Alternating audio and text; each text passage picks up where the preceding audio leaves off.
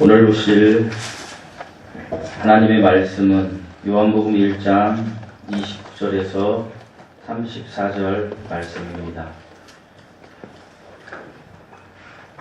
요한복음 1장 29절에서 34절 말씀입니다. 찾으셨으면 저와 여러분이 교독하시겠습니다. 이튿날 요한이 예수께서 자기에게 나아오심을 보고 이르되 보라 세상 죄를 제거하시는 하나님의 어린 양이로다. 내가 전하기를 내 뒤에 오는 사람이 있는데 나보다 앞선 것은 그가 나보다 먼저 계시리라 한 것이 이 사람을 가리키니라. 나도 그를 알지 못하였으나 내가 와서 물로 침례를 베푸는 것은 그를 이스라엘에 나타내려 함이라 하니라.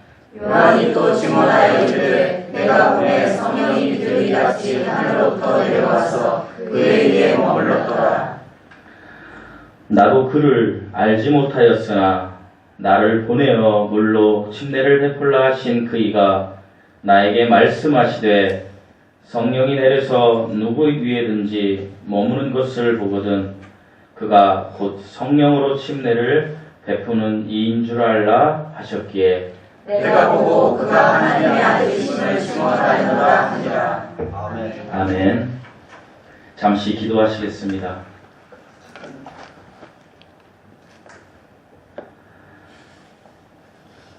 아무 흠도 없고 점도 없으신 어린 양 되신 우리 예수님, 죄중에 있던 우리를 구원하셨음에 감사드립니다. 아무 흠도 아무 점도 없으셨던 어린 양 되신 예수님, 우리의 삶을 주관하시니 감사합니다. 아버지 하나님, 이 예배를 통하여 우리들이 다시 한번 우리 예수님의 은혜를 생각하고 감사하며 우리의 찌든 죄의 때들이 깨끗게 되는 역사가 이 시간 있게 하여 주시옵소서. 예수님의 이름으로 기도드리옵나이다. 아멘. 아멘.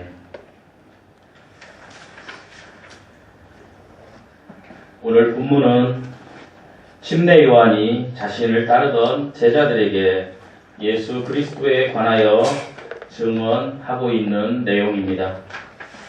침례 요한은 지금 자기 앞에 나오시는 그 분에게 이렇게 이야기하고 있습니다. 보라, 세상 죄를 제거하시는 하나님의 어린 양이다. 성경적 의미로 침례 요한과 우리 주 예수 그리스도를 생각해 본다라면 침례 요한은 어쩌면 소리였습니다. 그리고 우리 예수님은 말씀이셨습니다. 즉, 말씀과 소리로 비유할 수 있다라는 이야기입니다. 소리의 사명이 무엇입니까? 소리는 말씀이 잘 표현되도록 잘 전달하는 것이 소리의 사명입니다. 침례 요한의 사명이 곧 구원받은 저와 여러분의 사명이 되는 것입니다. 우리는 없어질 것입니다. 하지만 우리 구주에 대한 복음에 대한 표현을 정확하게 잘 전달해야 하는 것이 우리의 사명이라는 말씀입니다. 소리는 말씀을 전달하고 사라집니다. 특별하게 침례 요한은 요한복음 1장을 통해서 그가 제사장들에게 이렇게 이야기합니다. 너는 누구냐 할 때 나는 광야에서 외치는 소리이다. 광야의 소리라는 이야기입니다. 나는 아무것도 아니라는 고백을 하고 있는 것입니다. 침례 요한이 우리 예수님을 증거하는데 오늘 본문에서는 이렇게 증거하고 있습니다. 29절 말씀입니다. 이튿날 요한이 예수께서 자기에게 나아오심을 보고 이르되 세상 죄를 제거하는 하나님의 어린 양이로다. 이렇게 증언하고 있습니다. 저는 오늘 세상 죄를 제거하는 어린 양이라는 이 제목을 가지고 여기에서 두 가지 함축된 예수님에 대한 의미를 찾아서 여러분과 은혜를 나누고자 합니다. 특별히 지금 설교를 들으시면서 약간 의아해 하시는 분들이 계실 것 같아서 제가 세상죄를 제거하는 어린 양이라는 그 부분에 대해서 설명을 하고 그리고 말씀을 본론으로 들어가서 은혜를 나누도록 하겠습니다. 여러분이 지금 보고 있는 성경에는 이렇게 기록되어 있습니다. 우리 29절 말씀 한번 읽어보시겠습니다. 시작. 이튿날 요한이 예수께서 자기에게 나오심을 보고 이르되 보라 세상 죄를 지고 가는 하나님의 어린 양이로다. 보라 세상 죄를 지고 가는 하나님의 어린 양이로다. 이렇게 기록되어 있습니다. 그런데 저는 계속해서 세상 죄를 제거하는 어린 양이로다. 이렇게 이야기하고 있습니다. 무엇이 잘못되어 있습니까? 제가 잘못되었습니까? 성경이 잘못되었습니까? 그런 것이 아닙니다. 성경은 우리나라 문화권에서 성경을 이렇게 해석할 때 그리고 기록할 때에 이렇게 기록했습니다. 우리나라 정서에는 무거운 짐을 어떻게 합니까? 내가 무거운 짐이 있을 때 내 어머니가 그것을 이고 지고 이렇게 하는 것이 우리나라 문화권의 정서입니다. 그래서 성경을 번역하는 학자들이 모든 세상 죄를 지고 가시는 분이다라고 기록되어 있습니다. 그래서 우리가 노래에서도 저도 언젠가 성가대 섰을 때 제가 목회하기 전에 이런 노래가 있었습니다. 세상 죄 지고 가는 어린 양을 보라. 이런 노래가 있었습니다. 은혜를 엄청 많이 받았습니다. 그런데 어느 순간에 이걸 가지고 논쟁이 되어버렸습니다. 어떤 논쟁이 되었냐? 이것은 세상 죄를 제거하는 것이 맞는 것이다라고 이야기하면서 세상 죄를 지고 가는 것이라고 기록된 것은 이것은 아주 악한 변개된 성경이다라고 이야기한다는 것입니다.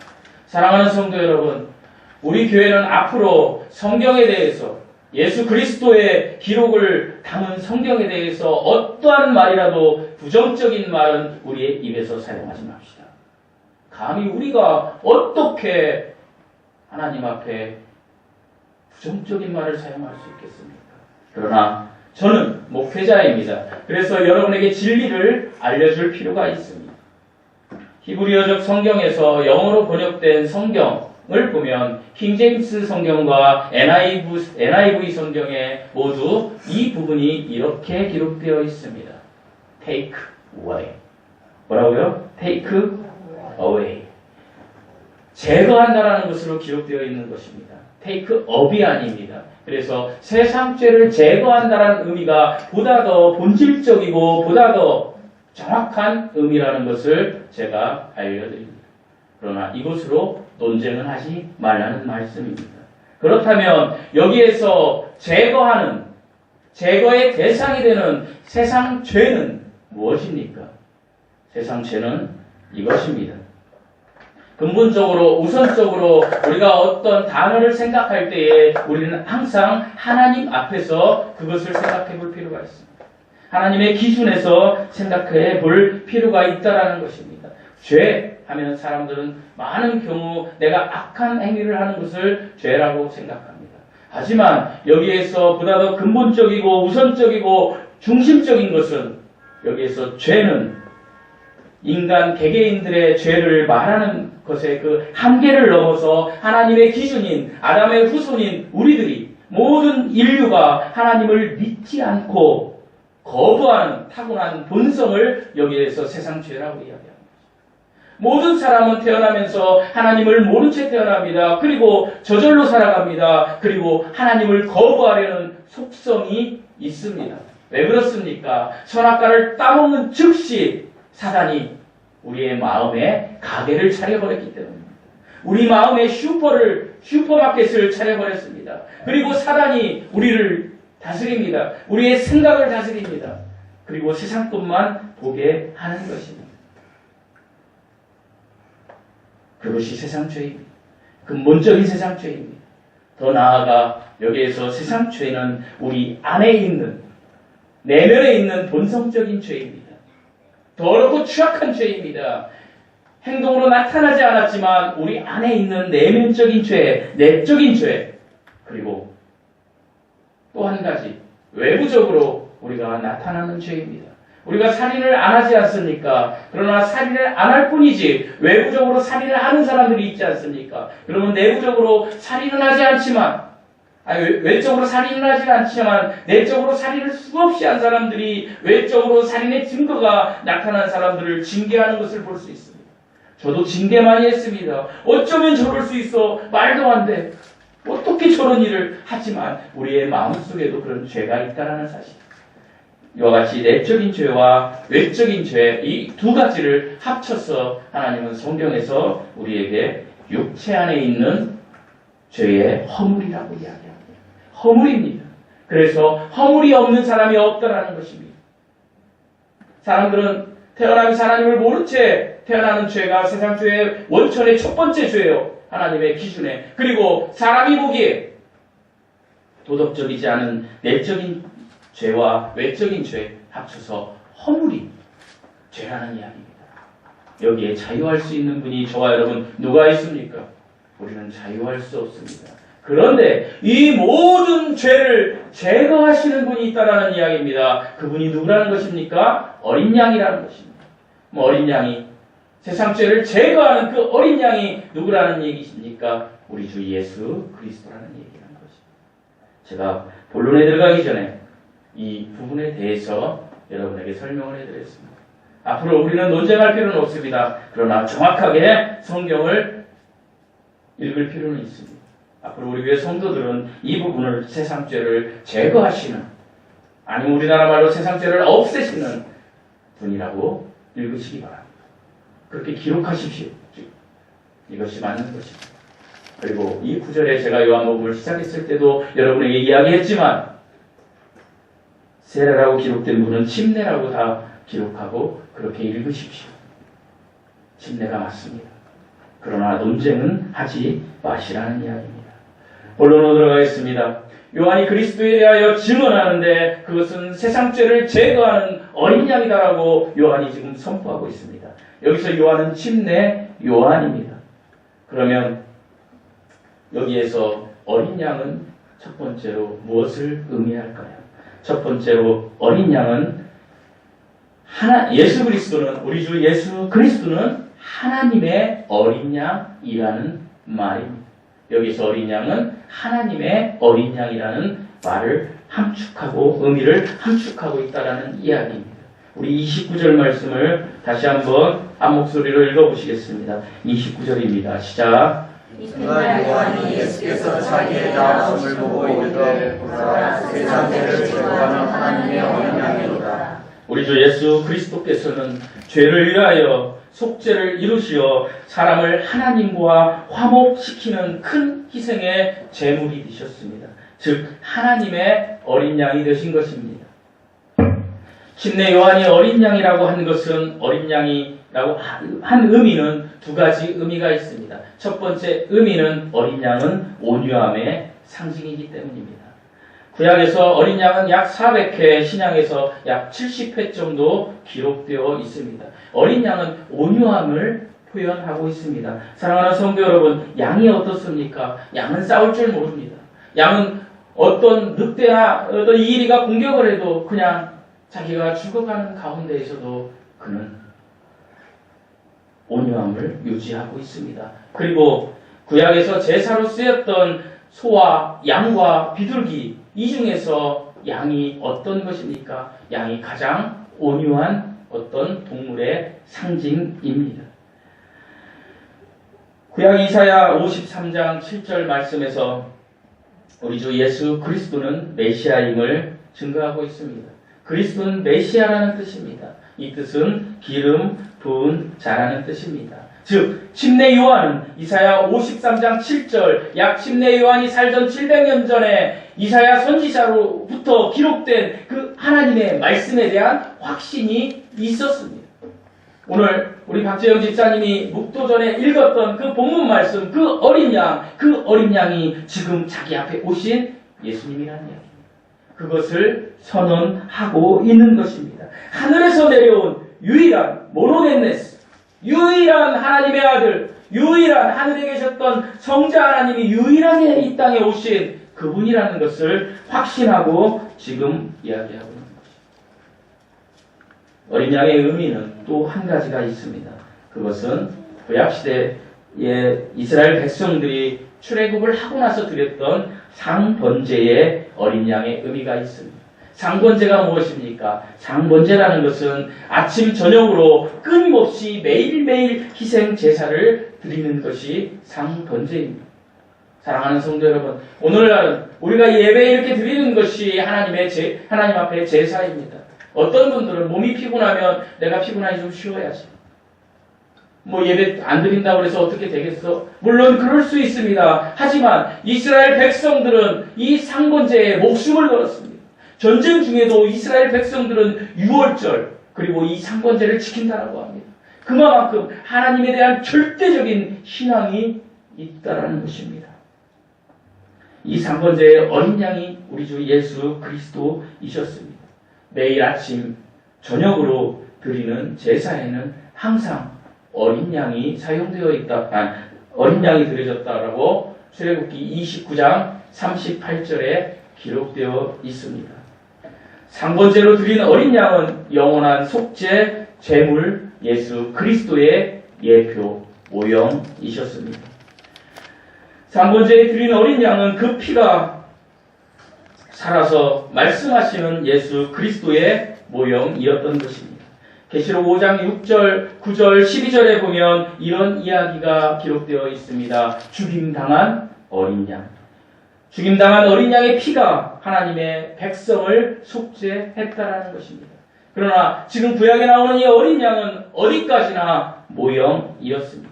그런데 이제 실제로 그 하나님이, 그 예수 그리스도가 침례 요한 앞에 나타나신 것입니다. 그래서 침례 요한이 그렇게 이야기하는 것입니다. 세상 죄를 제거하는 어린 양을 보라. 온유함의 상징이요. 구약에서 우리가 그렇게 하나님께서 모형으로 주셨던 그 흠없는, 그 점없는 그 어린 양이 바로 이분이시다. 이분이 하나님이시다. 라고 선포하고 있는 것입니다. 예수님이 이제 실제로 오셨습니다. 성자 하나님이 이제 실제로 침례 요한 앞에 오신 것입니다. 그 예수님은 십자가장에서 모든 것을 정결케 하셨습니다. 그리스도의 피가 없이는 어떠한 사함도 없습니다. 어떠한 이물질도 제거할 수 없습니다. 레위기 17장 11절에서 육체의 생명은 피에 있다라고 기록하고 있습니다. 영원한 생명, 조회는 예수 그리스도의 피에만 있는 것입니다. 이 사실을 믿으시기 바랍니다. 이 사실을 믿으셔야 합니다. 이 사실을 믿으셔야 합니다. 이 사실을 믿으셔야 합니다. 아멘. 이 사실을 믿으시기 바랍니다. 히브리서 9장 22절에서는 또한 이렇게 기록하고 있습니다. 율법에 따라 거의 모든 것이 피로써 깨끗하게 되나. 무엇으로 깨끗하게 된다고요? 피로써. 피 흘림이 없은즉 사함이 없느니라. 사랑하는 성도 여러분, 예수 그리스도의 피가 저와 여러분의 모든 세상 죄를 다 정결케 했습니다. 이제 예수 그리스도를 믿고 의지하고 한번 살아보십시오. 행복해질 겁니다. 아직까지 예수 그리스도를 믿지 않으신 분이 계시다면 이제 지금 이 시간 예수 그리스도를 영접하십시오. 예수 그리스도를 영접한 사람을 우리 하나님은 의인이라고 칭하십니다. 이것을 칭의라고 합니다. 제가 칭의의 4가지 요소에 여러분을 초청하고자 합니다.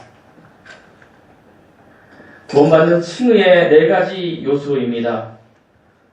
하나님이 주시는 이 은은 모든 사람을 위한 것입니다. 그런데 4가지 요소 중에 첫 번째입니다. 제가 먼저 읽을 테니까 여러분이 제가 읽은 거를 그대로 한번 따라서 읽어보시겠습니다. 제가 하나, 그럼 여러분이 하나 이렇게 하는 걸 뭐라고 그러죠? 요즘 생각이 안 나는데 이렇게 레크레이션 같은 데 가면 많이 하지 않습니까? 어쨌든 제가 읽으면 여러분이 그대로 읽고 제가 정답을 딱 이야기하겠습니다. 그러면 여러분은 머리가 좋으신 분들은 머리에 그냥 탁 넣으시고 머리가 나는 별로 안 좋아 이러신 분들은 빨리 쓰시기 바랍니다. 왜요? 계속 보고 배워야 하니까. 어쩌면 우리 인생을 좌우할 수 있는 귀중한 말씀이니까. 꼭 그렇게 하시기 바랍니다. 자, 네 가지입니다. 자, 첫 번째, 구원의 원천은 저보다 더 크게 하시겠습니다. 첫 번째, 구원의 원천은 은혜입니다. 거기는 안 따라하셔도 됩니다. 지금 제가 첫 번째 구원의 원천을 하면 그냥 따라 하시겠습니다. 여러분 고백하는 게 더 좋을 수 있을 것 같습니다. 하나님 앞에. 저만 고백하면 불공평하잖아요. 여러분도 고백해야 되니까. 자, 이제 시작하겠습니다. 첫 번째, 구원의 원천은 은혜입니다. 여기는 따라서 하지 마십시오. 이것은 로마서 3장 24절에 기록되어 있습니다. 쓰십시오. 그리고 찾아서 집에 가서 읽어보십시오. 로마서 3장 24절. 두 번째, 구원의 근거는 그리스도의 피입니다. 이것은 로마서 5장 9절에 기록되어 있습니다. 세 번째, 구원의 통로는 믿음입니다. 이것은 로마서 3장 28절에 기록되어 있습니다. 네 번째, 구원의 열매는 행위입니다. 이것은 야고보서 2장 24절에 기록되어 있습니다. 사랑하는 성도 여러분, 여러분이 어떤 단계에 있을지 모릅니다. 하지만 적어도 세 번째 단계까지는 반드시 여러분이 통과해야 됩니다. 구원의 원천은 은혜이고 구원의 근거는 그리스도의 피이고 구원의 통로는 오직 믿음입니다. 어떤 우리의 선한 행위나 우리의 어떠한 무엇으로도 우리는 구원받을 수 없습니다. 은혜와 그리스도의 피와 믿음으로 우리는 구원받을 수 있습니다. 그런데 마지막 네 번째, 우리가 안 되는 것이 있습니다. 구원받았다고 하면서도 변화되지 않는 삶, 세상 것을 사랑하는 삶, 이것이 행위로 드러나지 않는 삶입니다. 사랑하는 성도 여러분, 저와 여러분, 이제 우리가 구원의 열매를 맺읍시다.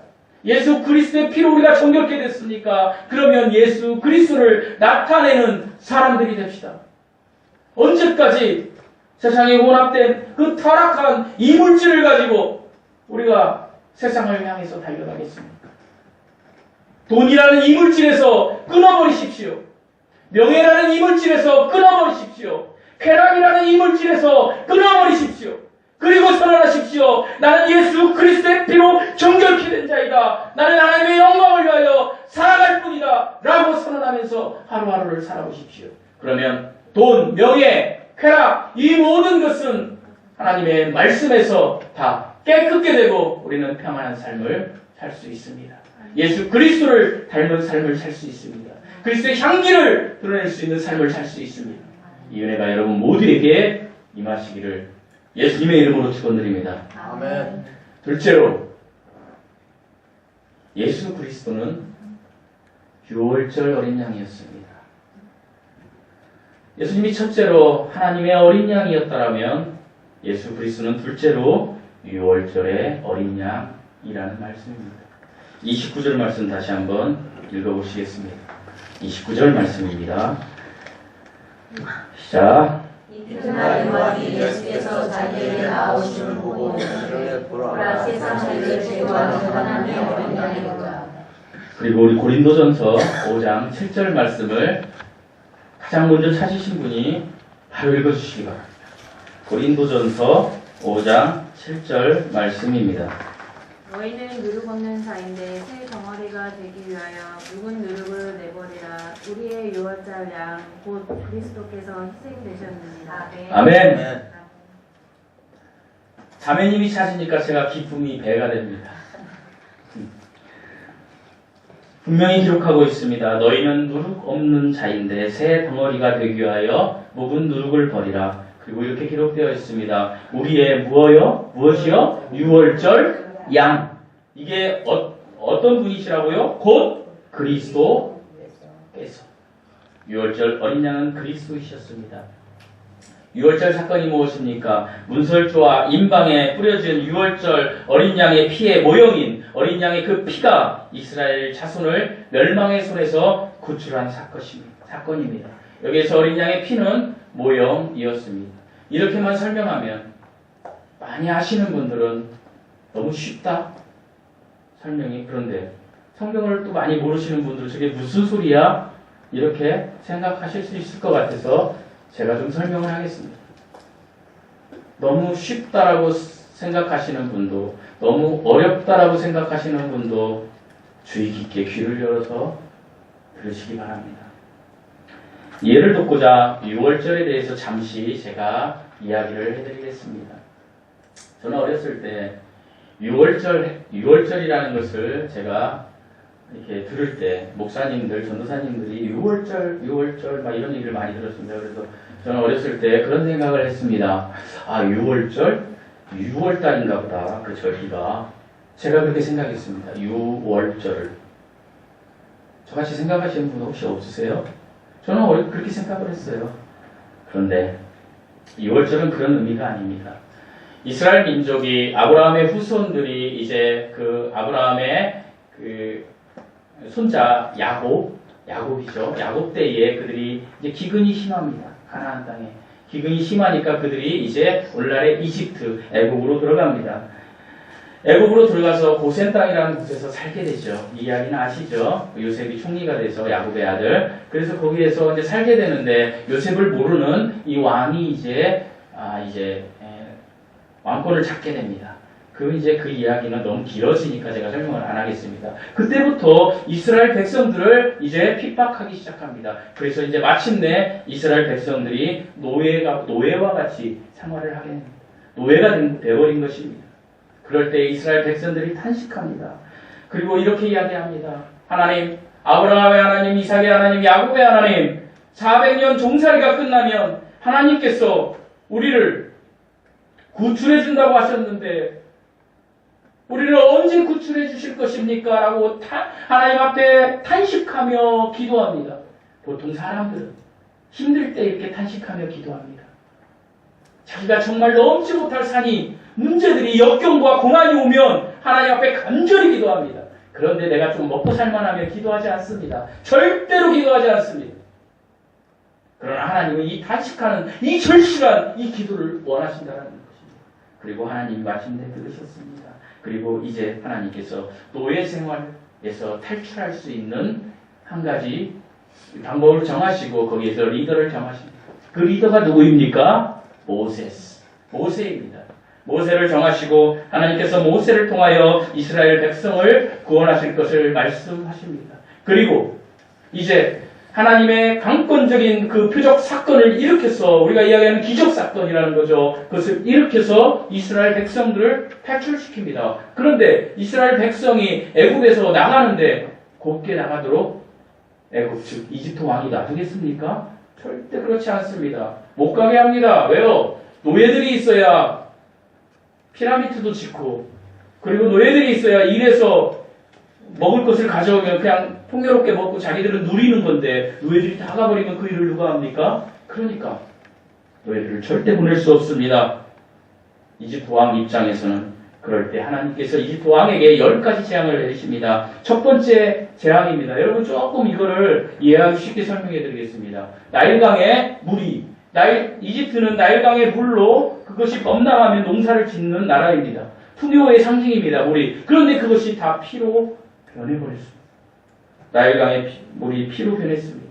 이것이 첫 번째 재앙입니다. 나일강의 이렇게 외우십시오. 나일강의 물이 피로 변하니까 나일강에서 살던 한 생물 따라서 해보시겠습니다. 개구리가 살 수가 없습니다. 그래서 육지로 올라갑니다. 이것이 두 번째 사건, 개구리 떼 사건입니다. 제가 이해하기 쉽게 10가지 재앙을 여러분에게 이야기하는 거예요. 지금 첫 번째 나일강의 피, 두 번째 적어도 주양리 사랑교회에 이제 3년 다니셨으면 10가지 재앙 정도는 알아야 되지 않겠습니까? 이제 이 물이 막지 못하니까 아이고 이제 나는 이 피같이 변했으니까 육지로 올라가야 되겠다고 개구리떼가 올라가서 온갖 곳에 개구리떼가 막 다 올라갑니다. 밥상에도 올라가고 그냥 궁중 어디 다 올라가 버립니다. 이것이 두 번째 재앙이에요. 그래도 바로의 마음이 돌이키지 않습니다. 그러니까 세 번째 이제 그 파충류가 오고 그러니까 이제 지저분한 해충들이 나타나기 시작합니다. 그거 이제 첫 번째, 세 번째가 모기입니다. 우리들이 너무 싫어하는 이 소리 있지 않습니까? 여름에. 저는 여름에 이 소리만 들리면 바로 불을 켜고 어떻게 해서라도 개를 멸절시키고 나서 잠을 자는 습성이 있습니다. 굉장히 듣기 싫잖아요. 이렇게 자는데. 모기 때가 엄청나게 옵니다. 그리고 모기 다음에 더러움의 상징인 모든 것을 오물을 가져다가 마치 겸손한 사람처럼 손으로 막 비비는 무엇입니까? 파리떼가 또 옵니다. 네 번째 재앙은 파리떼입니다. 날강의 피가 썩어서 개구리떼가 올라오고 그리고 모기떼가 올라오고 그리고 파리떼가 올라옵니다. 그리고 다섯 번째, 이 더러운 것들이 물고 이 더러운 것들이 더러운 음식들을 날르니까 거기에 뭐가 생기겠습니까? 병이 생깁니다. 사람들이. 돌림병이 생긴 겁니다. 이해하기 쉽죠? 이렇게 설명하니까. 돌림병이 생긴 겁니다. 이것이 다섯 번째 재앙입니다. 돌림병이 생기면서 그들의 몸에 악성 종기가 납니다. 이것이 여섯 번째 사건입니다. 악성 종기가 막 나는 거예요. 가렵고 막. 그래도 애굽의 왕이 절대 굽히지 않습니다. 처절하게 강직한 사람이었던 것 같습니다. 그러니까 이제 하나님께서는 먹을 음식에 손을 대기 시작합니다. 강아지들도 뭘 먹고 있을 때 이렇게 되면 어떻게 하십니까? 어떻게 합니까? 이러지 않습니까? 사람도 마찬가지입니다. 먹을 음식 안 주고 어제 우리 집에서 하여간 뭘 봤는데 거기에서 나오는 검사가 힘들어하는 게 왕따더라고요. 근데 그 왕따 중에 점심밥 같이 안 먹는 거 이거더라고요. 왕따 점심밥 같이 안 먹는 거 먹을 때 소외시키는 거 이거 참 비참한 거거든요. 이제 하나님이 그 본성을 알아서 먹을 것으로 이제 하나님께서 재앙을 해주십니다. 첫 번째 재앙, 하늘에서 우박이 떨어집니다. 온갖 채소들이 다 없어져 버립니다. 우박이. 그리고 여덟 번째, 하나님께서 동풍을 불어서 메뚜기 떼를 보냅니다. 메뚜기 떼가 그나마 남은 식물들을 다 갉아먹어 버립니다. 사람이 먹지 못하게. 그렇게 해도 애굽 왕, 이집트 왕이 절대 굽히지 않습니다. 그러니까 하나님께서 이제 정말로 초자연적인, 정말 초자연적인 표적을, 재앙을 일으키십니다. 그것이 천지가 흑암으로 변하는 사건. 완전히 깜깜해져 버리는 사건. 그럼에도 불구하고 이집트 왕이 굽히지 않습니다. 그러니까 하나님께서 마지막으로 초태생이 죽는 죽음. 무엇입니까? 이게 장자의 사건입니다. 짐승이든 사람이든 첫 번째 날 초태생을 다 죽여버리겠다. 단 조건을 세우십니다. 양을 잡아서 그 피를 문설주의 다른 집은 재앙을 면제시키겠다. 이것이 6월절 사건입니다. 제가 설교